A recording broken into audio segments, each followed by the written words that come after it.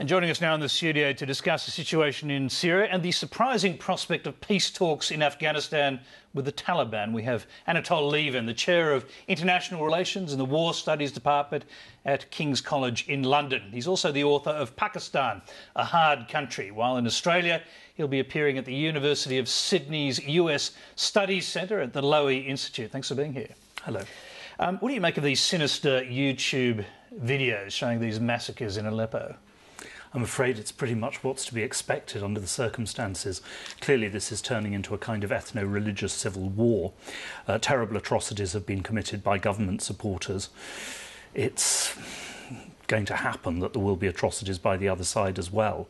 Of course, the threat out of all this, perhaps not even a threat, perhaps something like a certainty, is that if the opposition wins, the Alawite minority, which supports the government, which is the government in fact, and many of the Christians, will in fact be killed or driven out of Syria. I'm afraid that's the way things are going.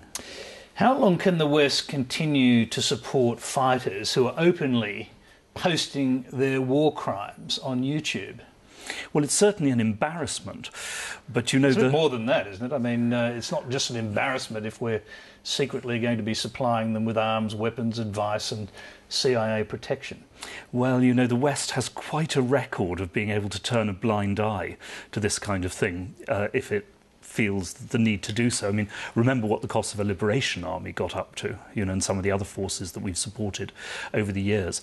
I think a bigger question is just how much the West actually wants to support the opposition, because of course there are great fears in the West about some of the forces present in the Syrian opposition and their links to Al-Qaeda, their potential links to Al-Qaeda, for example. That, I think, is a bigger problem.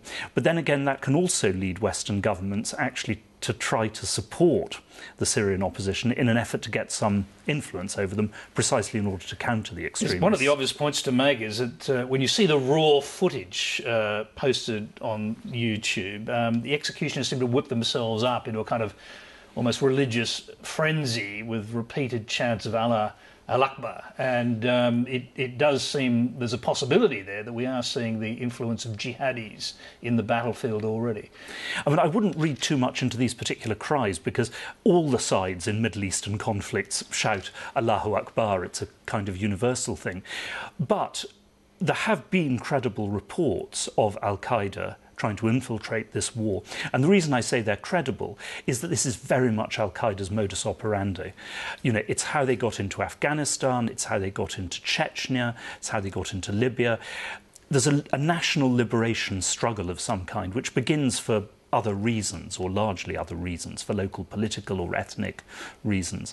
But once a civil war or a rebellion has started, Al-Qaeda fighters or members of groups close to Al-Qaeda can go in there and, through their courage, it must be said, through their discipline, through their ideological rigour, through their determination, they can gain an influence out of all proportion to their numbers. And we have seen that before, and as I say, that has been very much part of their strategy. Iraq, of course, was the biggest example of all. Sure, and the Al-Qaeda leadership, Ayman al-Zawahiri, for example, has been calling on jihadis to go to Syria to make this the new front, the new resistance fight. And of course, they do have this pattern too of posting gruesome videos as kind of tools, recruitment tools. And so I guess that's why this particular series of events looks so sinister. Mm-hmm.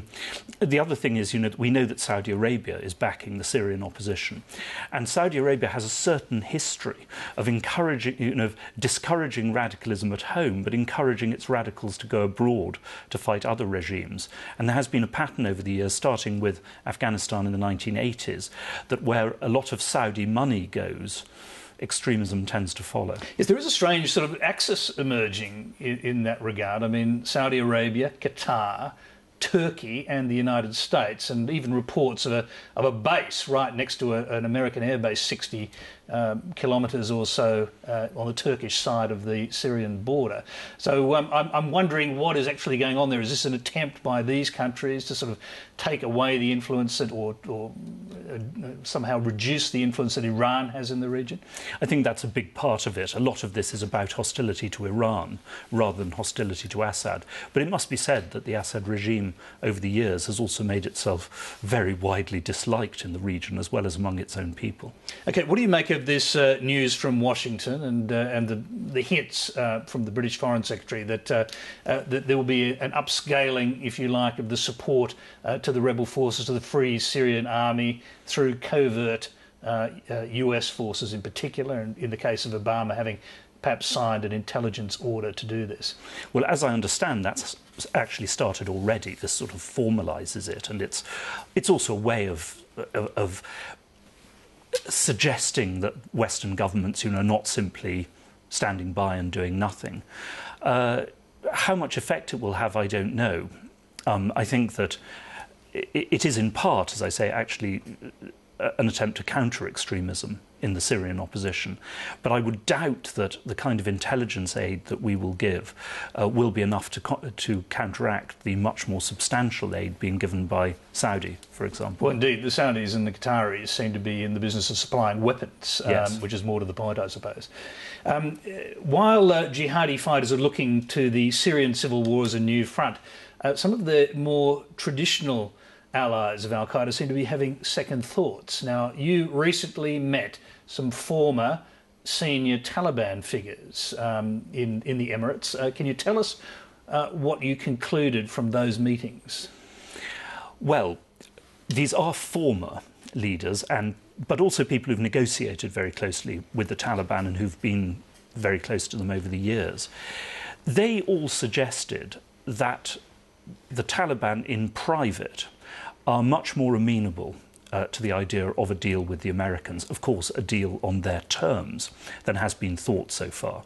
That they are in fact willing to break with al-Qaeda and to exclude them from areas of Afghanistan under their control. And even that they would be willing for a certain space of time to allow a continuation of American bases and military advisors in Afghanistan. That is the most extraordinary concession of all. I mean, they have been talking about the Americans as invaders. The idea that any of them could remain under some sort of Taliban auspices inside the country seems bizarre.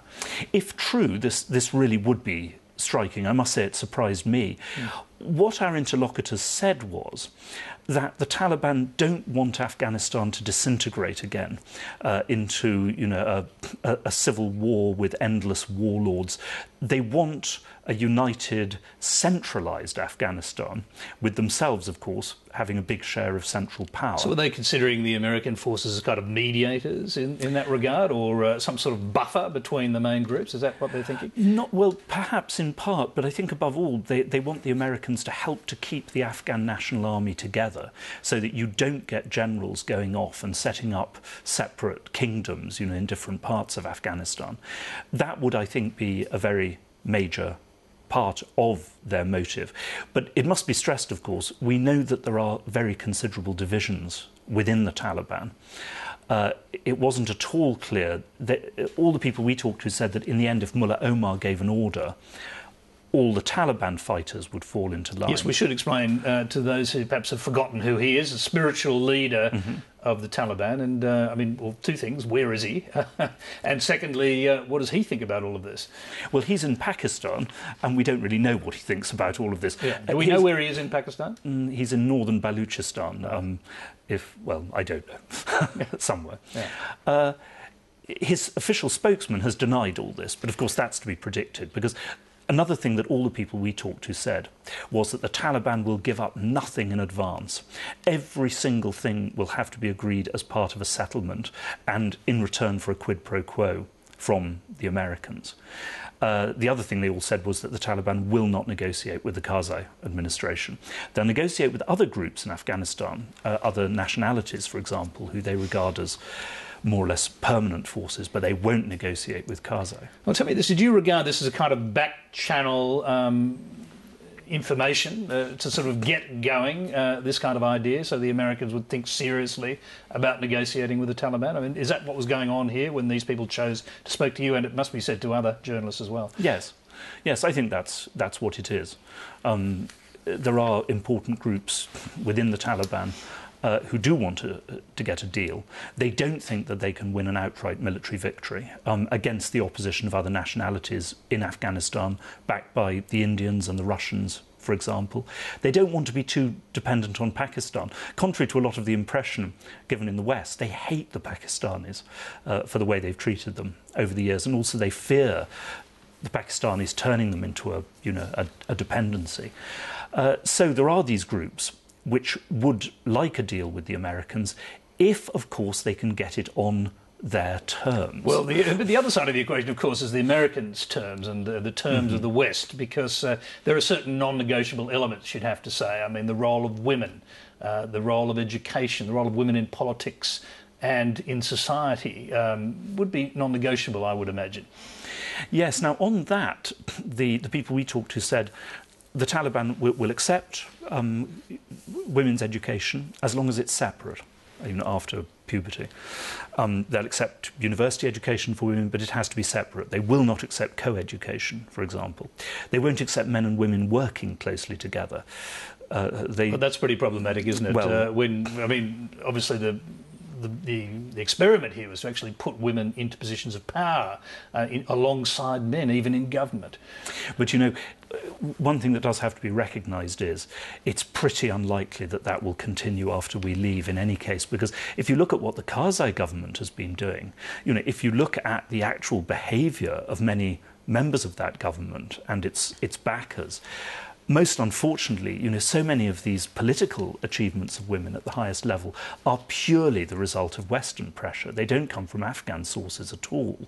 So whether actually in the long run much of this would survive, you know, even if we had a non-Taliban government in place, seems to me pretty problematical. That's rather grim. But a final question, what would happen? You've just mentioned the Karzai regime. What would happen to the Karzai clan if some kind of deal was struck? Would they have to depart the country? Yes, I think that's the answer.